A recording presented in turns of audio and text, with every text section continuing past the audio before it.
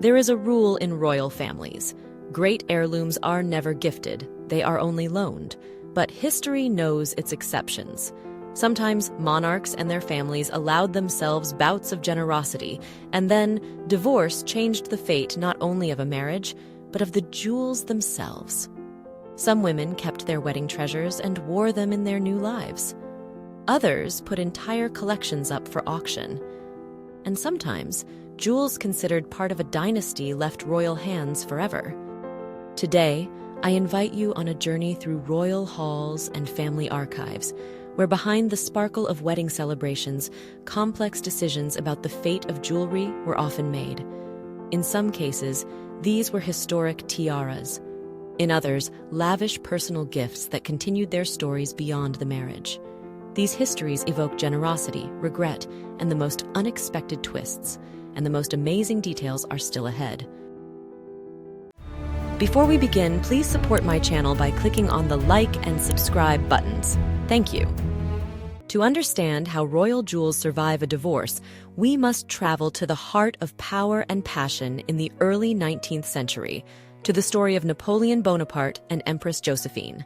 Their passionate and ultimately tragic union created not only an empire, but a jewelry collection so legendary that many of its pieces are still worn by modern royals today. Their story is the perfect place to begin, as it provides a fascinating historical example of how jewels, given in love, can outlive the marriage itself and embark on their own incredible journeys. Napoleon Bonaparte and Josephine de Beauharnais shared a romance that was as intense as it was legendary. Their relationship combined Josephine's sophisticated charm with Napoleon's rising star and ambitions. From the very outset, Napoleon was unusually generous. Among the treasures he lavished on Josephine were some of the most iconic jewels of the age, gifts meant to mark her as empress and to proclaim his own power and affection. Yet their happiness was not to last. When their marriage ended in a highly publicized divorce, it did not result in the return of these magnificent presents to the imperial treasury. Instead, Josephine retained a significant collection of jewels. Among the treasures Josephine kept, 3 jewels in particular tell remarkable stories. First, his very first gift to Josephine, an 18th century toi et moi, you and me, engagement ring, brilliantly pairing a blue sapphire and a diamond. It was nothing ostentatious, at least by their future standards, but it was a meaningful splurge for a young general of little fortune. Josephine cherished it all her life, so much so that it remained in her personal jewelry casket even after their marriage ended. In fact, when this modest ring resurfaced at auction, its provenance alone propelled it to a price almost 50 times its market estimate, proving that in royal love stories, emotional value often outshines carat weight. Second, there was the spectacular diamond tiara, composed of 1,040 diamonds totaling 260 carats. Its history is a saga in its own right. After Josephine's death, the tiara was partially dismantled, sold, and later reassembled with new elements. It was eventually acquired by the renowned jeweler Van Cleef and Arpels, who famously loaned it to Princess Grace of Monaco and other aristocratic ladies. It's a perfect example of the complex and tangled journey a single royal jewel can take through history. And third, a jewel that still graces royal events today, the legendary cameo tiara, a masterpiece of French craftsmanship combining intricately carved cameos and gold. Like the others, this tiara remained with Josephine after the divorce and was later passed down to her granddaughter, who took it north to Sweden upon her marriage into the royal family. Over the generations, the cameo parure became a cherished part of Swedish royal tradition. To this day, it dazzles at Nobel Prize banquets and royal weddings, worn by queens and princesses and admired by new generations. It stands as a testament not only to exquisite craftsmanship, but also to the unpredictable journeys of love and history. If you love stories that sparkle with both fairy tale and reality, the union of Alexandra Manly and Prince Joachim of Denmark is sure to capture your attention. Their meeting in cosmopolitan Hong Kong wandered far from royal convention.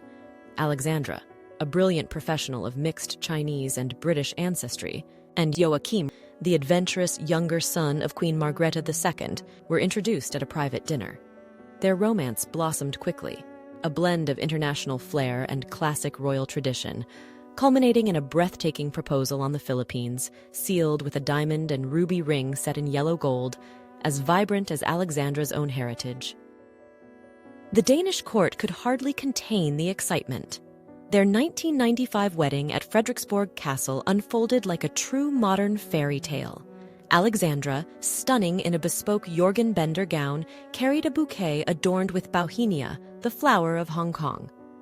She stood amid a dazzling assembly of European royalty, but it was the tiara on her head that truly lit up the occasion, a gift of rare significance.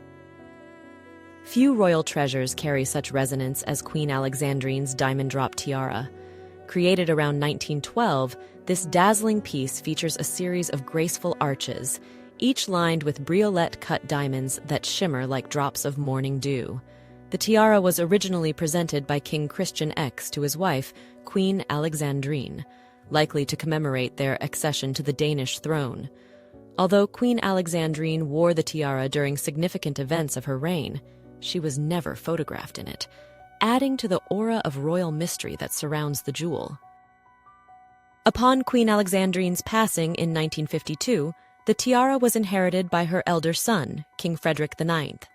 In a tradition of marking adulthood and dynastic continuity, King Frederick presented the tiara to his daughter, Princess Margrethe, on her 18th birthday in 1958.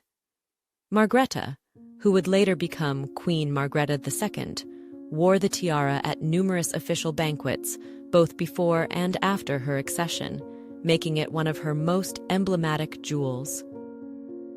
For a decade, Alexandra wore the tiara to high state banquets and family celebrations, earning the public's admiration. However, real life came knocking. Even a royal romance can feel the pressures of duty and distance. Pressures mounted, the couple's paths diverged. And so in 2005, the Danish royal family did something it hadn't done in 159 years. They announced a divorce. The news swept through Denmark, carrying with it both sadness and respect. For the first time since 1846, royal marriage vows would be set aside. The Danish court never officially disclosed the reasons for Alexandra and Prince Joachim's separation, preserving their dignity and privacy. What is known is that, after a period marked by separate lives and evolving circumstances, the couple decided to dissolve their marriage. The fact that the tiara remained with Alexandra should not cause surprise. After all, it was a wedding present, given personally by Queen Margrethe. However, in hindsight, the divorce made it clear that Margrethe's generosity was perhaps greater than tradition would have advised, inadvertently allowing a significant royal heirloom to pass out of the main line.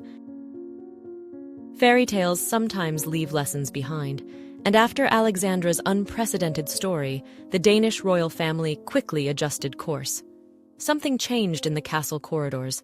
The age-old generosity gave way to a new prudence. No more gifting of grand heirlooms forever, no matter how alluring the romance. From now on, jewels wouldn't leave the royal vaults so easily. When Prince Joachim remarried, to the elegant French-born Marie, the contrast with the first royal wedding was immediately apparent. Instead of receiving a family tiara as her own, Marie was offered the impressive Dagmar tiara strictly as a long-term loan. This dazzling piece, with its intricate lines and glowing diamonds, became her hallmark at state banquets. But its destiny was clear. It would remain Danish, whatever life might bring. The historic Alexandrine sapphire brooch and the sapphire tiara followed the same path, all strictly for ceremonial use, never outright gifts. One could say the jewels swapped personal dreams for institutional memory. Now, with every gala, Marie appears radiant in the Dagmar tiara's icy brilliance, but there's an invisible thread tying her and the audience to that careful new chapter, a lesson learned by a queen about balancing legacy and love. It's a gentle reminder that sometimes what's truly precious isn't just what sparkles on the outside, but the memories and traditions carefully guarded within. Let's travel back to July 1986, a summer of royal excitement and global anticipation. When Sarah Ferguson, cheerful and flame-haired, arrived at Westminster Abbey to marry Prince Andrew, the world was watching. There's a delightful little detail that still fascinates many jewel lovers. When Sarah stepped into the abbey, her veil was crowned not by a blaze of diamonds, but by a huge wreath of gardenias. The tiara everyone expected was hidden. For most of the ceremony, the York diamond tiara, a new royal treasure, was out of sight, concealed until the signing of the register. Only then was the floral crown whisked away, and there it was. Sarah now sparkled officially as Her Royal Highness the Duchess of York, the tiara glimmering at last. Wasn't that a particularly theatrical gesture for a royal wedding? Maybe you too recall watching that moment and waiting for the big reveal. The York tiara itself holds a unique spot in royal jewel history. Commissioned from Garrard, it was a personal wedding gift from Queen Elizabeth II and Prince Philip to their new daughter-in-law. Unlike most royal brides who simply borrowed tiaras for the day, Sarah's was hers to keep, a rare decision even then. The tiara's design, with its elegant scrolls and prominent central diamond, looks classic and yet has that fresh, upbeat air that suited the young Duchess so well.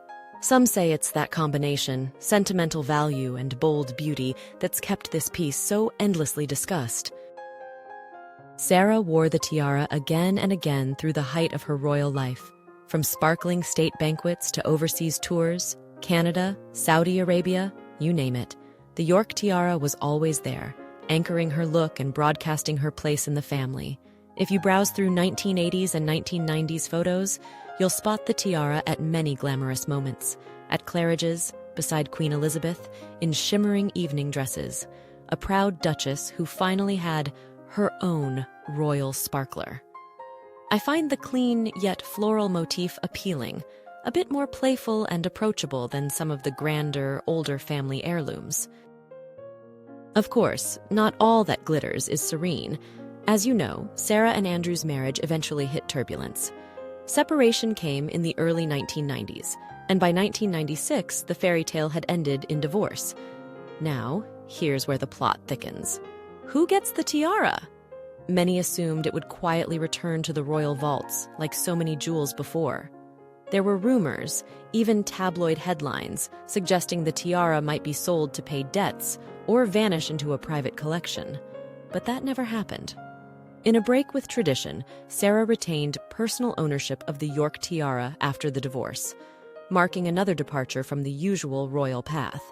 She continued, albeit more discreetly, to wear it for special white tie events, like Elton John's white tie and tiara ball in 2001. This leads us to a wonderful flash forward to 2023. The York tiara, after years out of the public eye, made an unexpected return, a real pass-the-baton moment. Sarah's elder daughter, Princess Beatrice, wore this very tiara at the wedding banquet of Crown Prince Hussein and Princess Rajwa in Amman. The sight of the tiara gleaming atop her daughter's head in a new royal setting sparked fresh waves of discussion. What a journey for a jewel. The York tiara is notable for another reason. It remains, to this day, the last piece of royal jewelry personally gifted by a reigning monarch and consort to a new royal bride. After Sarah and Andrew's divorce, this tradition changed for good. No such personal tiara gifts have been made for royal weddings since then. Instead, newer brides have borrowed tiaras from the family vaults, returning them after the celebrations. The story of the York tiara prompts a fascinating question for all royal watchers and jewel lovers. Is it better for royal jewels to remain living treasures, appearing over generations at state banquets and family milestones? Or was the grandeur of gifting brand new tiaras to brides worth the expense and the risk of jewels eventually leaving royal hands? Let's pause for a moment and linger over one of the most instructive and, yes, fascinating examples of balancing tradition and individuality in royal jewelry, the story of Princess Diana and her jewels. Diana and Charles met when Diana was still a teenager. He was dating her older sister, Sarah. Their romance began later, officially blossoming in 1980. Charles, the world's most eligible bachelor, and Diana, a shy but charismatic woman, quickly became the focus of global attention. Their wedding at St. Paul's Cathedral in 1981 was a spectacle like no other. 3,500 guests, a record-breaking train, and a live television audience counted in the hundreds of millions. But as often happens, the fairy tale blurred at the edges. Joy gave way to distance, and cracks formed beneath the surface of public appearances. The couple separated in 1992, their divorce finalized in 1996. When Diana entered the royal family, she wasn't showered with family heirlooms to own outright. Quite the opposite. Many of the most significant jewels she wore were only hers on loan. This is especially clear with the beautiful lover's knot tiara, or as many remember it, that dazzling tiara with swinging pearl drops and diamond knots. The tiara belonged to the Queen, who lent it to Diana for state events and banquets. She wore it often, and many today closely associate it with her image, but after the divorce, Diana respectfully returned the tiara to the royal vault. But the royal family, true to their careful approach, did give Diana personal jewelry she could call her own. These pieces are now woven into the story of her life, and later, the lives of her sons. Let's linger on a few highlights. The legendary sapphire engagement ring, oval salon sapphire encircled by 14 diamonds gleaming on Diana's finger during her engagement photo call with Prince Charles. She chose it herself, and after her death, the ring passed on to Prince William, who famously proposed to Catherine Middleton with it. It's a piece steeped in memory and emotion, still worn today. The Saudi Sapphire Suite, another unforgettable gift. This was a showstopper, a suite given by the Crown Prince of Saudi Arabia as a wedding present. The set included a dramatic pendant necklace, matching earrings and ring, a diamond bracelet, even a diamond and sapphire watch. Diana wore the pieces in various combinations, and out of all her jewels, the sapphires remained distinctly hers even after the end of her marriage and are now in her son's private family collection. Perhaps my personal favorite detail, the large sapphire and diamond brooch gifted by the Queen Mother. Diana transformed this stately brooch into the clasp of her iconic 7-strand pearl choker. That necklace became a hallmark of her evening style. Think of her dancing with John Travolta at the White House, or her unforgettable revenge dress moment. Now, for just a moment, let's touch on another famous piece, the Spencer tiara. On her wedding day, Diana didn't wear a tiara borrowed from the Queen, but her own family's Spencer tiara, a light floral design, heirloom of her ancestral house. This delicate detail surprises many. The tiara Diana wore at the royal wedding actually belonged to the Spencers, not the Windsors. All these jewels frame the story of Diana herself and of the royal family's measured approach. Let's talk about one of the most fascinating royal stories of the 20th century, Princess Muna al-Hussein of Jordan, born Antoinette Tony Gardner. Her path is unlike most. She moved from British civilian life straight into the heart of a Middle Eastern monarchy and, quite incredibly, even after divorce, kept not just her title but also her splendid jewels. The story begins in 1961 on the film set of Lawrence of Arabia, where young Tony Gardner, a British Army officer's daughter, met King Hussein of Jordan. Can you imagine? She arrived in Jordan for work and a handful of months later became a royal bride? After converting to Islam and taking the name Muna, she and King Hussein wed in Amman. Their married years looked picture perfect, or almost so. Speaking only English at home, raising 4 children, including the future King Abdullah II, and taking on public roles in Jordan, Muna quickly embraced her new life and responsibilities. But behind the palace walls, life was more complicated. Husbands and wives sometimes grow apart. Perhaps you've seen this story play out too. After more than a decade, the fairy tale ended. In 1972, Muna and Hussein quietly divorced. While the king swiftly remarried, something remarkable happened. Muna was allowed to keep her royal status, remaining Princess Muna, and staying close to her children in Jordan. Unlike so many royal divorces, where every tiara and necklace is whisked away into vaults, Princess Muna kept her fabulous collection of jewels.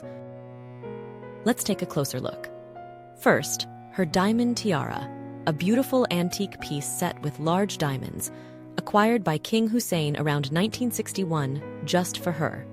She wore it to grand balls, like the wedding of King Constantine of Greece and Princess Anne-Marie of Denmark in 1964, and it was a recurring companion at state banquets, including the extravagant celebrations in Persepolis, Iran.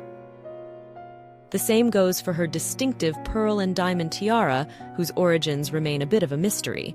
It made rare but significant appearances, notably in London in 1966, and again, half a century later, at her grandson's royal wedding in 2023. Muna also possessed a versatile diamond fringe necklace, worn as both necklace and tiara at various gala events. And, though not as visible lately, a beautiful diamond necklace, first seen at her 1961 wedding. Instead of fading from view after her divorce, Princess Muna took on a devoted role as mother, championed nursing and healthcare in Jordan, and kept a dignified public presence.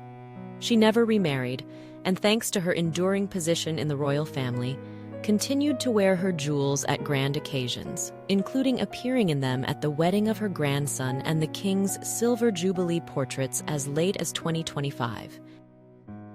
You know, if you ask any connoisseur of royal jewels about the most dramatic fate to befall a titled lady's collection, sooner or later the conversation will lead us to Begum Salima Aga Khan, and a moment that shook Geneva's auction halls and the centuries-old traditions of royal discretion.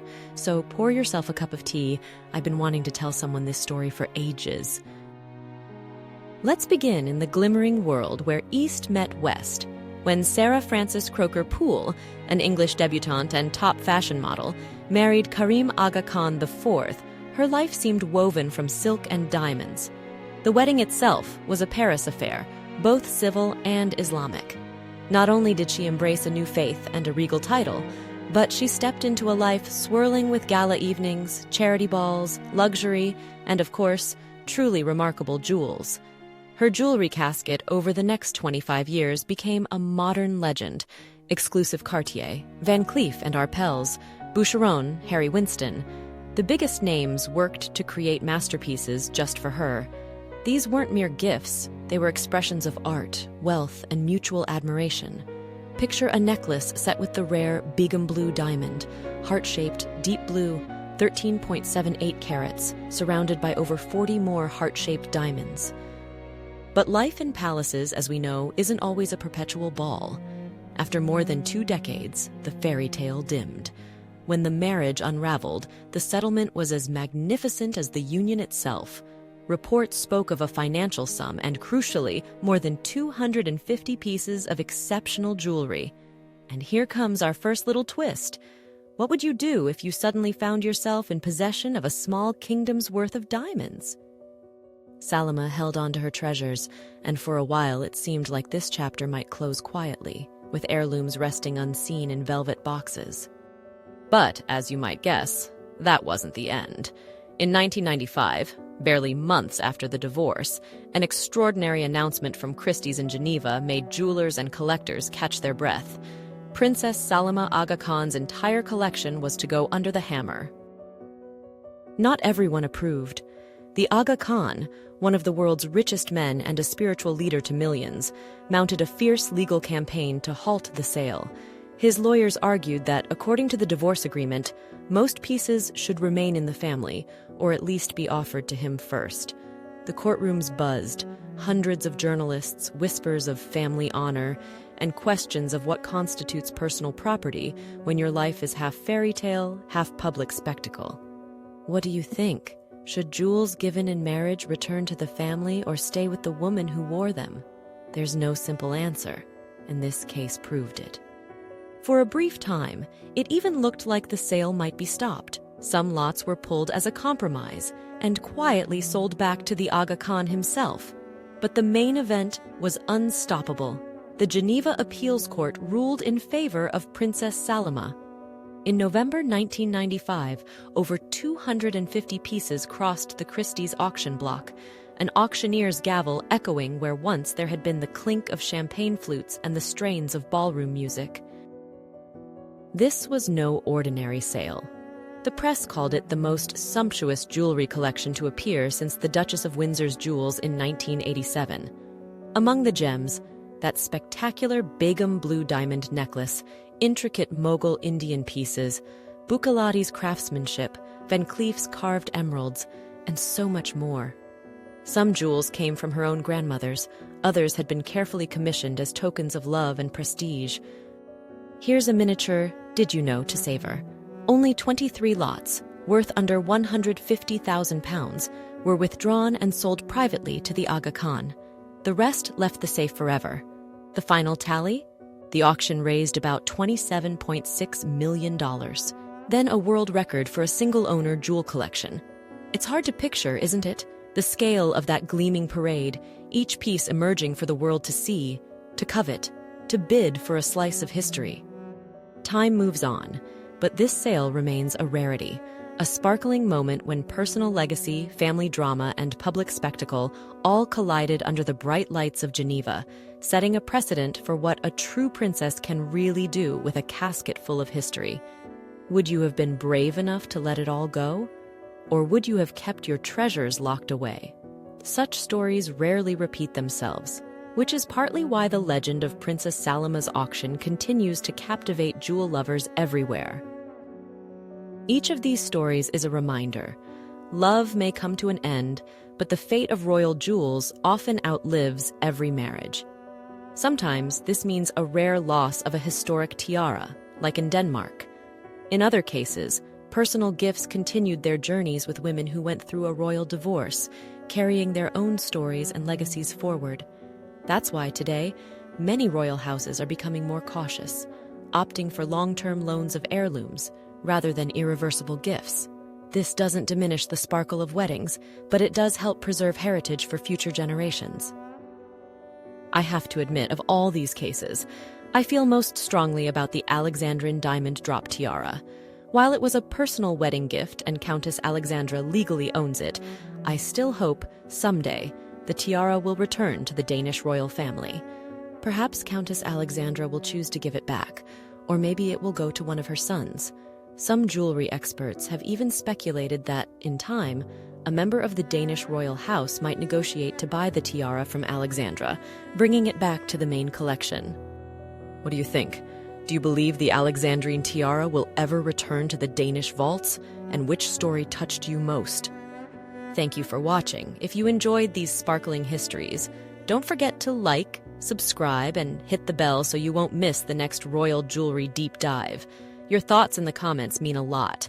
I always read them and love hearing your opinions. See you soon for more tales of legendary jewels.